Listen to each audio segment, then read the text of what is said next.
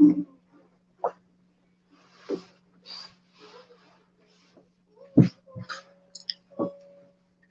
evening, everybody. How are you all? Nice to be here.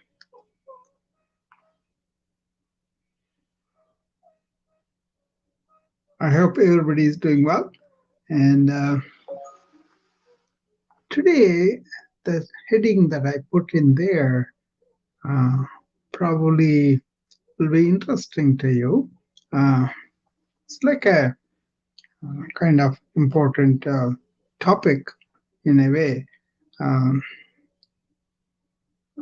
we were considering what kind of paradigm people have, right? That paradigm shift is kind of something that I want to present to you. What it is the main thing we were considering is what are we? The paradigm currently existing with all of us, right? Not the people who have gone beyond it, but mainly people think they are. If you ask them a question, what are you? They'll say, I'm this body, I'm this mind, I'm this personality, and all that, right? That's okay. But then there is this paradigm where these are our tools, and actually we are that animating divine force within all of us. Not that we're egotistically bigger than everybody. No, the same divine force runs everybody, animates everybody, gives all the life, right? That goes, that light goes, then the body and mind are not of no use, right? So the whole being is animated by that force, that light, that life's force that is there. Now, to really know that body and mind are our tools and we are this real divine force within, that is the paradigm shift. The paradigm currently is where body mind. But when you shift from that to this, hi Alka, so that's the paradigm shift I'm talking about. So the paradigm that I'm just this body and mind and not really aware of the uh, life force or divine force within us that animates, that gives us all the uh, drive, all the life itself, right? The moment the light is gone, then we want to get out of the body and we don't know anything about the mind. What happens to that now? It kind of putrefies, right? So the current paradigm of I'm this body and mind and going like that to I am having this body and mind as tool, but I am this divine force. There are so many uh, things happen when you shift the paradigm like that. Not just understanding though. You got to realize that. That means it has to be real to you, right? It's not by somebody convincing you or somebody giving a clever argument. That's not the way anybody can realize. They have to uh, inquire themselves, they have to examine things in themselves, they have to think and answer to their own questions and doubts and everything. So it is something subjective, something by your own effort you can realize that, right? That you are not just the body and mind. That shift of paradigm is what I value. Once nothing about the our status, our riches, our education, our so many things are there with us to tell that, brag about that we are that, this and all that. I'm not talking about that. When you really value the real sense of yourself, that is the highest. Hi, Alka. Hi, okay. Sorry, I normally go to sleep at this time, but I've come from work just now, so. Yeah, you are 6 hours ahead of us, right? That's why it's I bedtime. try to stay up, and by the time I'm listening, I fall asleep. So sorry, but now I'm awake from Okay. tears. I'm listening. Yeah, this is a very important thing. That's why I thought I will present that to the continuity of the talks I was having lately. Um, See, one of the things about our people who lived in ancient times had this wisdom where they valued the inner divinity of every living creature as the holiest, as the most important thing, not according to the religious, some images. No, everybody has that life force within us. Otherwise, we are not having any life to our body and mind. That is pretty common thing for us. But then we forget that, and then we kind of put a lot into the identification of the body and mind. What is the result of that is there is a lot of suffering. So ancient wisdom prompts about when you really have this knowledge that you are not just the body mind, but you are that divine self within, then you have even extreme suffering will be nullified. And not only that, you will realize that complete fulfillment. You know, that is the thing that I want people to, bring in the discussion and talk about it and investigate and all that. As a matter of fact, if you are into that and if you are inquiring into that truth and then you got to understand it, many people understand, few people realize it. That is real to them, right? You can have a good theory, you can have a concept, but that's nothing. But when your whole being is realized as the divine self, that is there, and then if something happens to the body's problems will not be identified as your problems, and then you will be able to see the things coming and going to the body. You will be able to see the things that are arising in the mind and all. This is that important. So all the suffering is kind of gone, and all the fulfillment will happen. So actually, they talk about you're already fulfilled. So once you realize that, you may not have things, you may not have some of the things about the world, but once you don't value that, but value this self-realization, um, actually the more simpler you become and the more easy for you because you don't have any craving for that, right? So that kind of thing.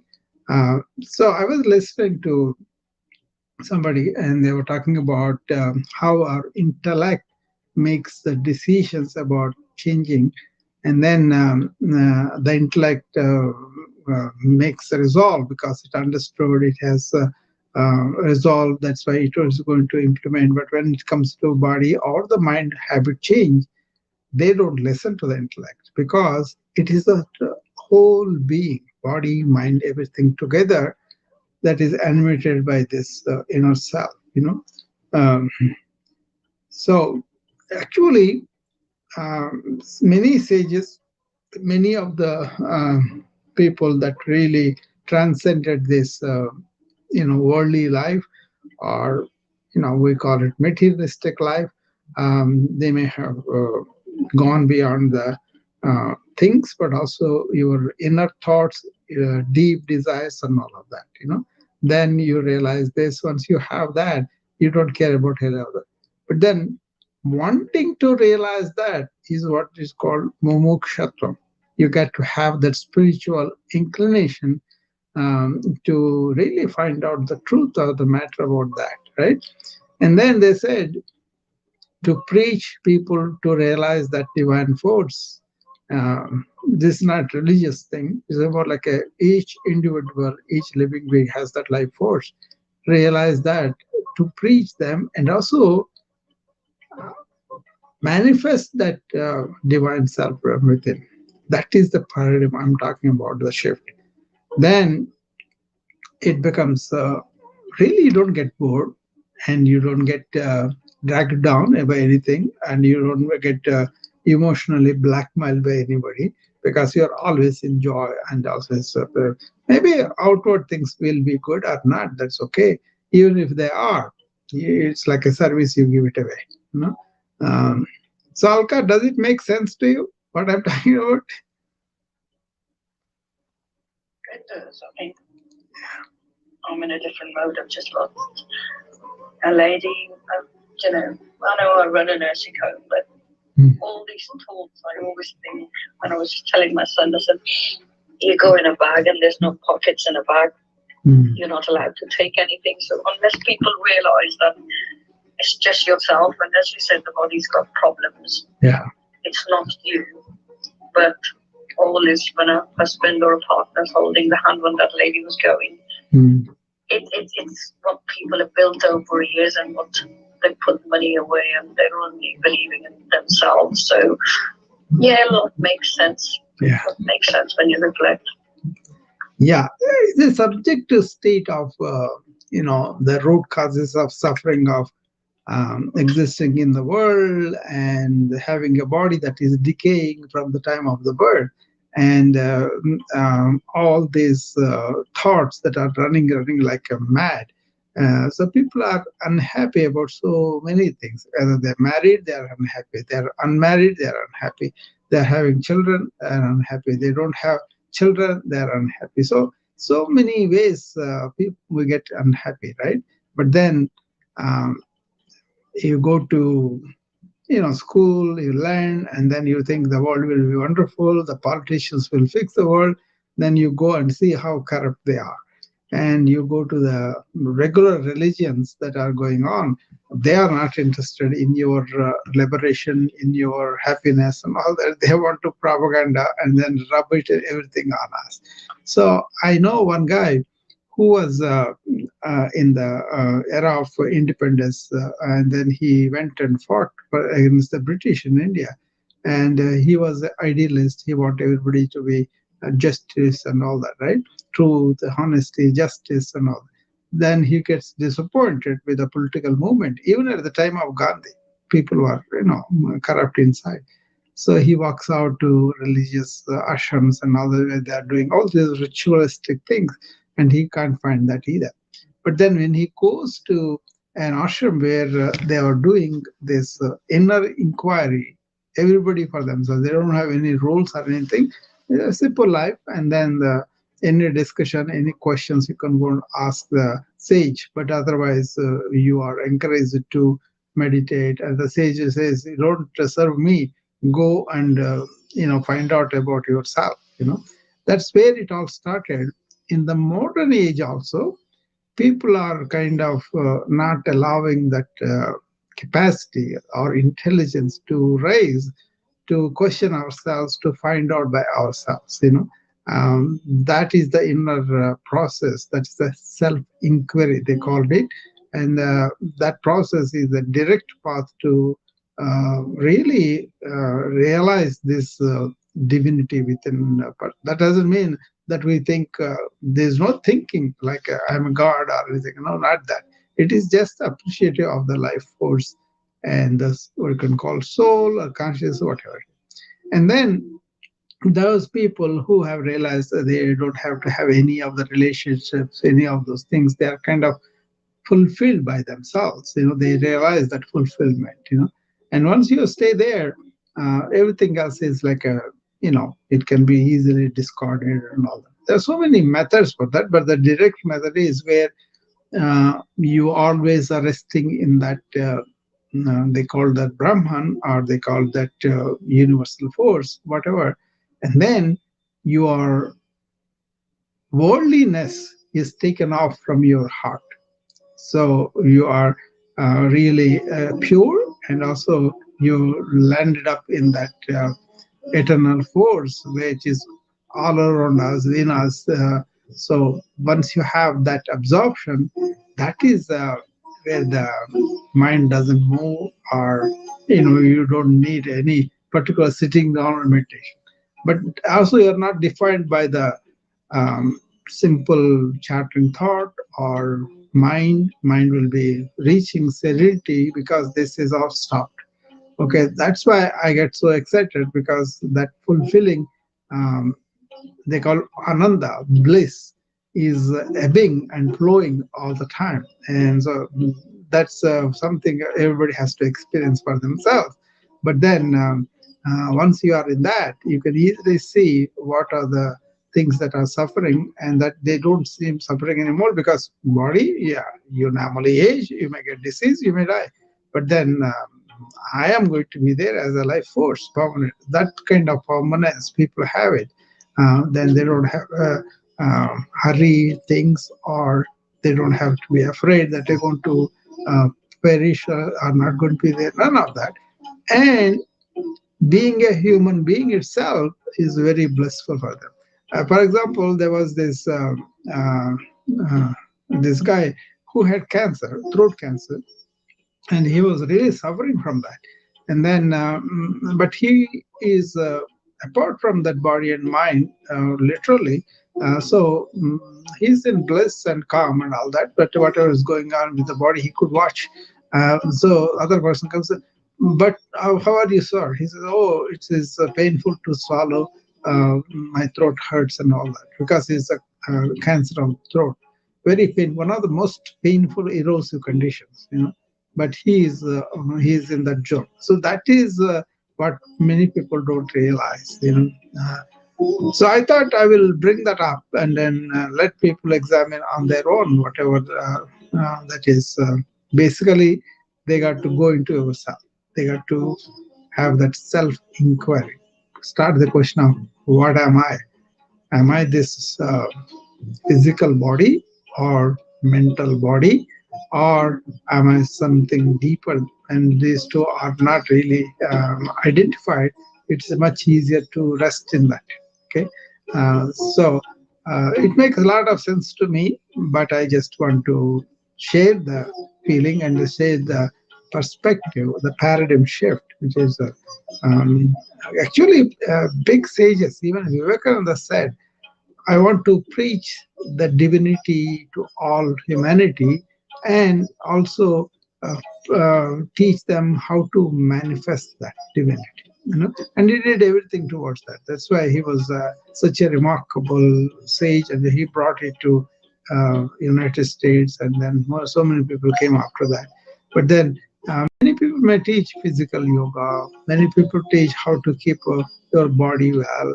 Many people teach how to still your thought, how to find peace and comfort with that meditation. But this is, once you arrive and stay there, you are always in that awareness of that, universal force.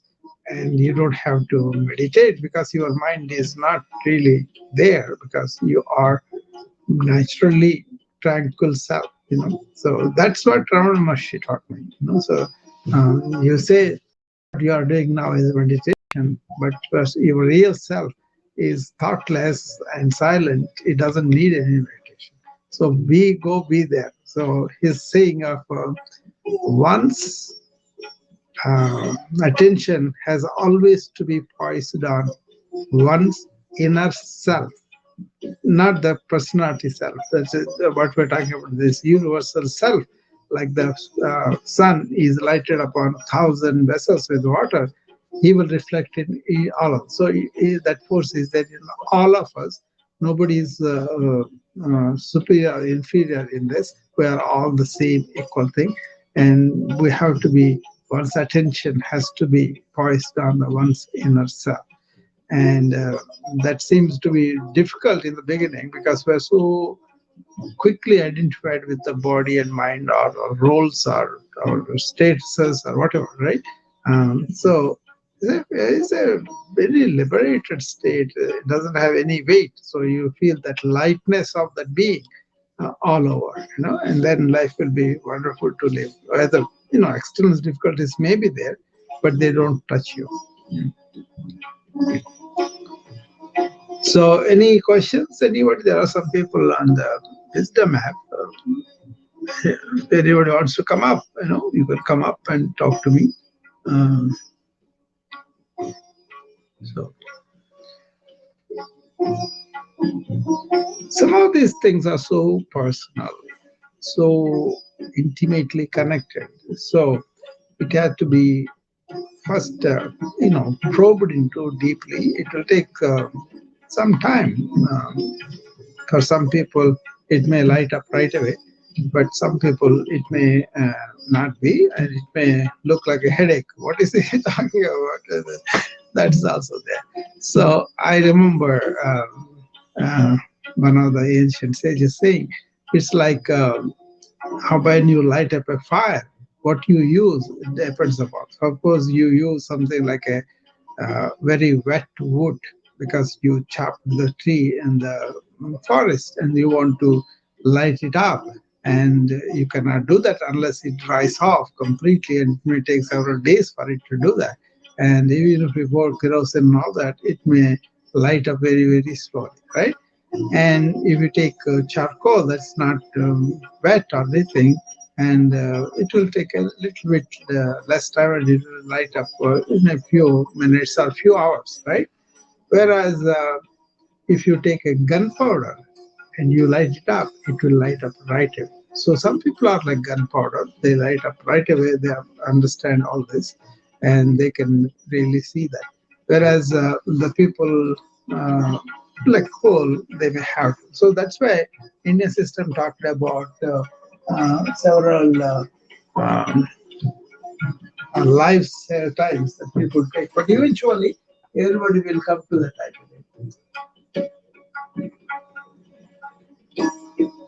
So when they come eventually to that, they will light up. So it all depends upon the life cycles, how they go through.